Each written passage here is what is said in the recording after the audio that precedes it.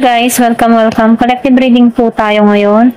So, tingnan natin kung ano yung current energy ng person mo. Be open-minded po, hindi po halos lahat makaresonate. Kaya piliin nyo na lamang. And thank you nga po pala sa mga nag-subscribe, lalo na po sa mga bumabalik. Marami pong salamat. Give me the message for collective. Ano yung current energy ng person mo? Give me the message for collective. Ano yung current energy ng person mo? Give me the message for collective. Ano yung current energy ng person mo?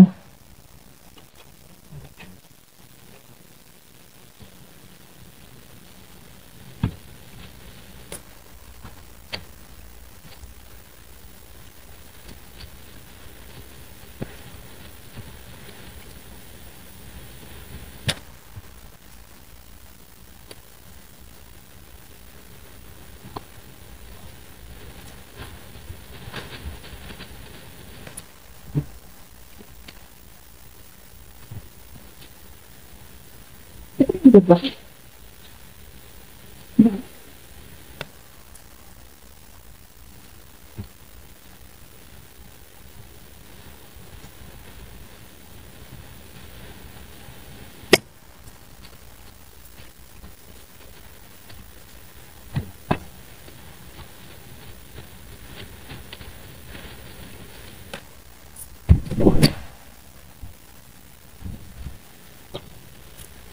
Nakikitaan ko dito, no?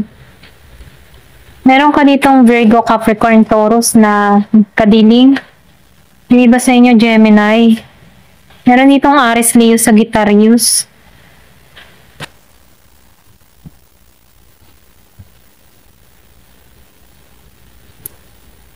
Nakikitaan ko dito, no? Yung iba sa inyo, meron kang tao dito na kumbaga, meron tong hinahanap eh. Pwede rin meron siyang binabago sa kanyang sarili, no? Natututunan niya dito na kailangan sa isang relasyon, merong emotion na ipapahayag, okay? Or pwede rin sabihin na gusto na ng tao nito na magpakatotoo, okay? Yung bang tipo na nag-iisip na to na gusto niya yung stable na relasyon, okay? Pwede rin sabihin, nag-isip-isip to, napagtanto-tanto niya dito na kailangan na ng pagbabago. Pwede rin sabihin na tumatanda na, or pwede rin hindi na kailangan palaging ganun yung estado niya, no? Natatauhan. Kasi nakikitaan ko dito, alam mo yung tipo na na-inspire din siya sa'yo, okay? Pwedeng nakikita ka nito sa social media na nagiging matagumpay ka, na unti-unti mong nakukuha yung mga desire na ginugusto mo. Nakikitaan ka ng ganun. Pwedeng nakakaramdam din to ng inggit sa sitwasyon mo kasi madali mong nakukuha yung mga hinihiling mo. Okay? Kumbaga, dun siya humuhugot sa'yo ng lakas or idea kung bakit mo nagagawa yung mga bagay na yun. Okay? So, nakikitaan ko dito, itong tao mo, gusto nito na magkaroon ng, alam mo yung tipo na gusto niyang maibigay din yung pangangailangan mo, no? Kumbaga itong tao nito na nararamdaman niya na, alam mo yung parang kompetisyon, nakikipag-kompetisyon siya kasi ikaw nakukuha mo na lahat eh, samantalang siya, meron siyang kinakaharap na pagsubok na hindi niya kayang maalisan, or pwede rin sabihin, nakuha siya ng lakas ng loob kung paano mo nalalampasan na, no, yung mga pagsubok na kinaharap mo. Kumbaga nakikita ko dito, yung iba nag-i-stalk sa'yo, okay? Inaalam kung ano yung update mo. Pero ganun po man, ano, itong tao mo, gusto kasi ng tao nito, dumipende ka sa kanya, kaya lang nangyayari dito, hindi ka ganun eh. Maybe ikaw umiwas ka dito, okay? Then nakikita ko din dito, alam mo yung nagninilay-nilay siya dito. Kumbaga itong tao neto, meron siyang pag-iwas na ginawa sa'yo. Yung iba, no? Pero ganun pa man, yung pag-iwas na ginawa niya sa'yo, Hindi rin niya nakikita yung sarili niya na buo, okay? Na parang may kulang pa rin sa kanya, okay? So, nakikita ko dito na itong tao mo, no? Gusto nitong makomplete, gusto nitong matapos yung cycle, ano? Para dun niya maramdaman yung blessing. Pwede rin sabihin na gusto nito na magkasama kayo, okay? Gusto nito ng stable na nakasama, okay? Nakikita ko rin dito, itong tao mo, yung iba sa inyo, no? Nakikita niya na ang connection niya about sa'yo ay malalim. Na hindi lang basta, alam mo yung tipo na nakikita ang kanyang lalim ng connection, hindi lang sa basta kausap, kundi sa mas malalim pa, okay? Spiritual, emotional, intellectual, and sexual, okay? Kumbaga, panglahatan ka, okay? Natatakot din to sa'yo, okay? Na makita mo yung kanyang kahinaan, okay? Kasi nakikita ko dito, pwede rin sabihin na ito din yung inilihim, ayan. Ito yung nilihim niya sa'yo, no? Yung makita mo yung kanyang kahinaan. Kasi pwedeng ito yung gawin mong bala sa kanya para pagtawanan siya. Pero ganun pa man itong tao mo, nakakaramdam to ngayon na hindi pa rin to nawawalan ng pag-asa, okay? Handa pa rin tong ilabas yung katotohanan mula sa kanya. Para nang sa ganun, no, magkaroon siya ng saya, okay? So, nakikita ko dito, kailangan nyo, okay, ng usap dito. Kumbaga, mag-share kayo ng mga saloobin, okay? Saloobin. Or heart-to-heart talk, ganyan. Para nang sa ganun, no, makawala sa mga takot na nararamdaman, okay? Itong tao mo, panay takot eh, okay? Kumbaga gusto na ng tao na to na matapos na yung kanyang mga problema about sa inyo, okay? Kasi itong tao na ito, ngayon niya nare-realize na mahalaga sa kanya yung family, mahalaga sa kanya yung stable na partner, mahalaga sa kanya na bumuo ng pamilya, ganun.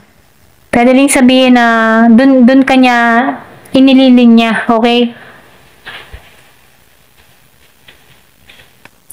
So, nakikita ko dito, gusto kanya, okay? Gusto kanya maging parte pa rin sa buhay niya. Na kung saan gusto niya na i-provide niya yung pangangailangan mo. Kaya lang, dito kasi, kaya mo namang i-provide yung pangangailangan mo, no? Independent ka. Yung iba sa niya may sariling kita. At dun siya din natatakot, ano, na kapag independent ka, kaya mo umalis kahit wala siya. Alam mo yung ganun? May takot siya sa ganun. Na kaya mo siyang iwanan. So, nakikita ko dito, no, meron tong ginagawa dun sa iba, no, nag-iipon to. Meron tong pinag-invest na nagiging maayos ang kita. Kasi itong tao mo, practical lang siya eh. So, nakikita ko dito na gusto niya din ibigay yung mga pangangailangan mo, lalo-lalo sa mga material na bagay. Kung meron siya or kung lalago pa ang kanyang kabuhayan dito, gusto niyang i-share yung blessing na dumarating sa kanya. Ganon. Pero ganun pa man, ano, itong tao mo kasi may pagkamatasang ego, okay? Kumbaga yung ego niya, gusto niya din yung tipo na, gusto niya din ipamukha sa'yo na, alam mo yun, nakukuha niya yung mga bagay-bagay na gusto niya, okay? Na gusto niyang pagsisihan mo, na iniwan or inalisan mo siya, ganyan. So, nakikita ko din dito na, may insecure to, okay? Kasi yung kanyang gusto mangyari, hindi nangyayari. Sa'yo nangyayari na nagiging kang maayos, nagiging kang masagana. So, nagiging kang okay. Na gusto ng tao nito, ikaw yung nakadepende, pero hindi nangyari ngayon. Naging independent ka. Meron kang kita na nakukuha or nakakamit dito. Kaya itong tao mo, nakakaramdam to ng insecure kasi yung gusto niyang mangyari, hindi nangyari. Okay? So, nakikita ko dito, umalis ka, okay? Or hindi mo na to tinatanggap sa buhay mo. Pwedeng meron kayong mga usapan before. Kumbaga, nakikita ko to na, halimbawa, Meron siyang mga nabibiling bagay, pinopost niya sa FB na hindi mo kayang ibigay before, mga ganun ano. So ngayon itong tao mo, nakikitaan ko dito na ngayon ikaw mas lumalago. Okay? So ngayon nakikitaan ko dito na baliktad yung sitwasyon. Ngayon itong tao mo doon niya nararamdaman na ikaw yung true love niya.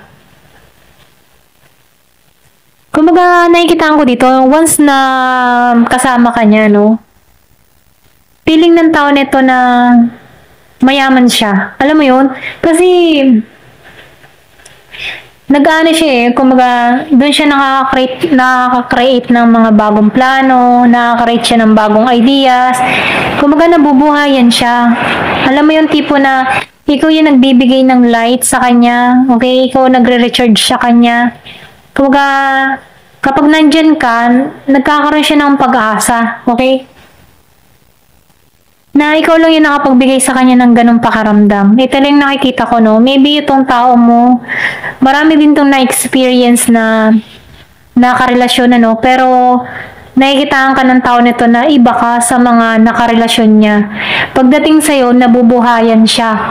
Nagkakaroon siya ng mga bagong pangarap, okay, nangangarap siyang muli, mga ganun So, nakikita ko dito na ikaw yung karapat dapat na mahalin niya, ganun. Ganun kanya tingnan ngayon, okay? Maybe may napatunayan ka dito, kaya ganun kanya ma-appreciate ngayon, Kumbaga itong tao na to, nagkamali siya sa mga akala niya sa'yo, okay? May napatunayan ka. Ito lang nakikita ko, may napatunayan ka.